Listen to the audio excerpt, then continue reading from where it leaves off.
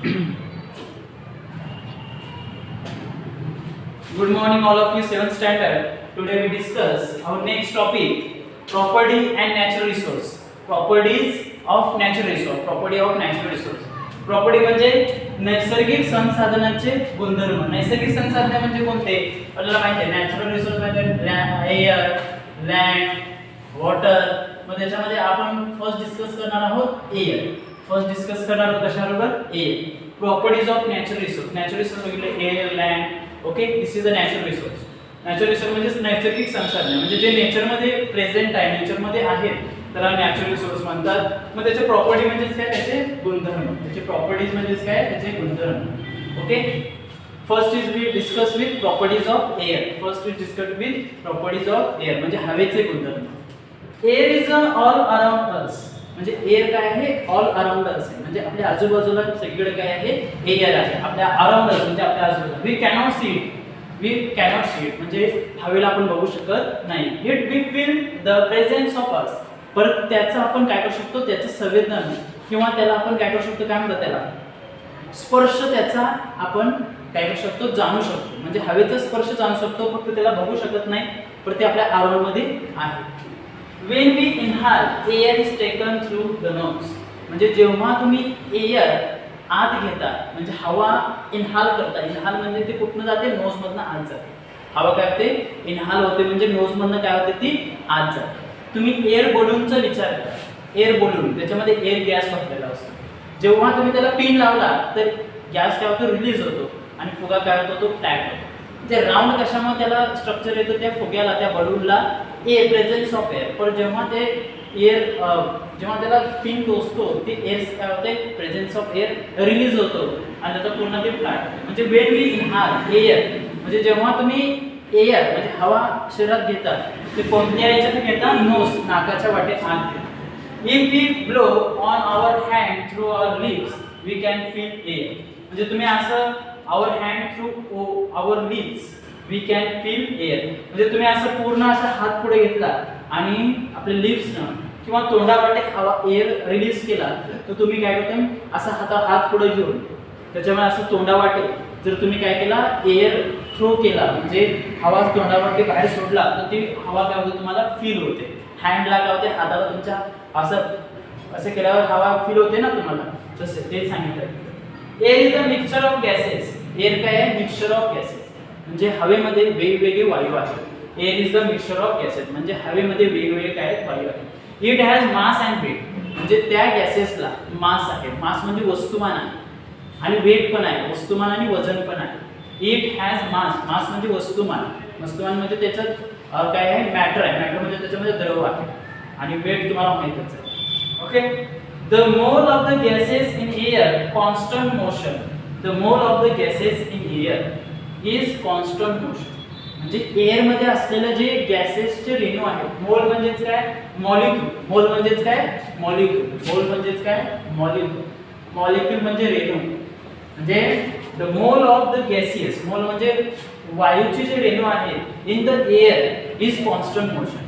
म्हणजे हवेमधले जे गॅसेसचे रेणू आहेत किंवा गॅसेसचे मॉलिक्यूल आहेत, ते कॉन्स्टंट मोशन करत असतात. कॉन्स्टंट मोशन म्हणजेच काय? स्थिर गतीमध्ये जात असतात. कॉन्स्टंट मोशन म्हणजे स्थिर गतीमध्ये जात असतात. When this molecule strike a body, they create pressure on that body. म्हणजे जेव्हा हे मॉलिक्यूल, गॅसेसचे मॉलिक्यूल तुमच्या बॉडीवर किंवा एखाद्या वस्तूवर धडकतात. स्ट्राइक म्हणजे धडकणे.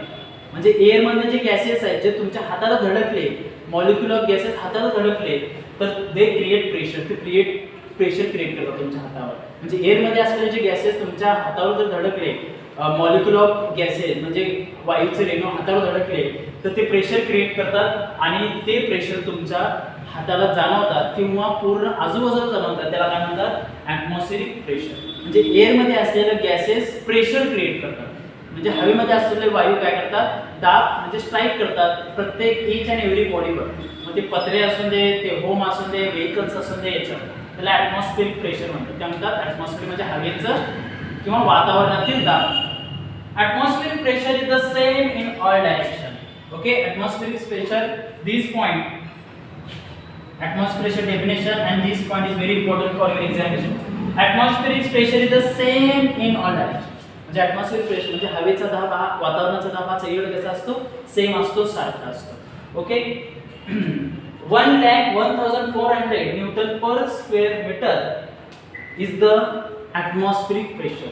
म्हणजे नॉर्मली, जनरली म्हणजे सामान्यपणे ॲटमॉस्फेरिक प्रेशर किती आहे, ॲटमॉस्फेरिक प्रेशर किती आहे वातावरणामध्ये, म्हणजे वातावरणाचा दाब किती आहे, 1,01,400 न्यूटन. न्यूटन हा सायंटिस्ट आहे, त्यानं सांगितलेलं आहे न्यूटन पर स्क्वेअर मीटर.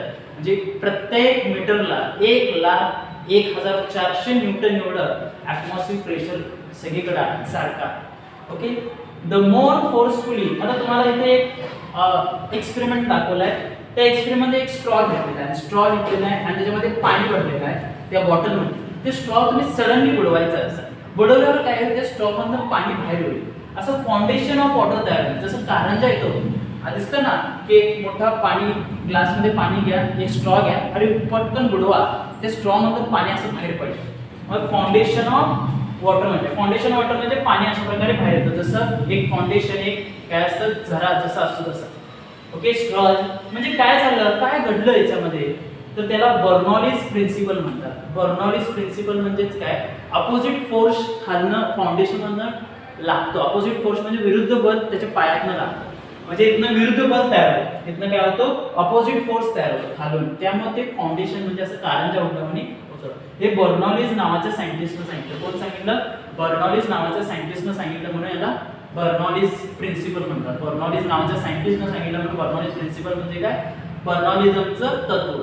त्याने काय सांगितलं बघा, the more forcefully you below the higher will be the foundation.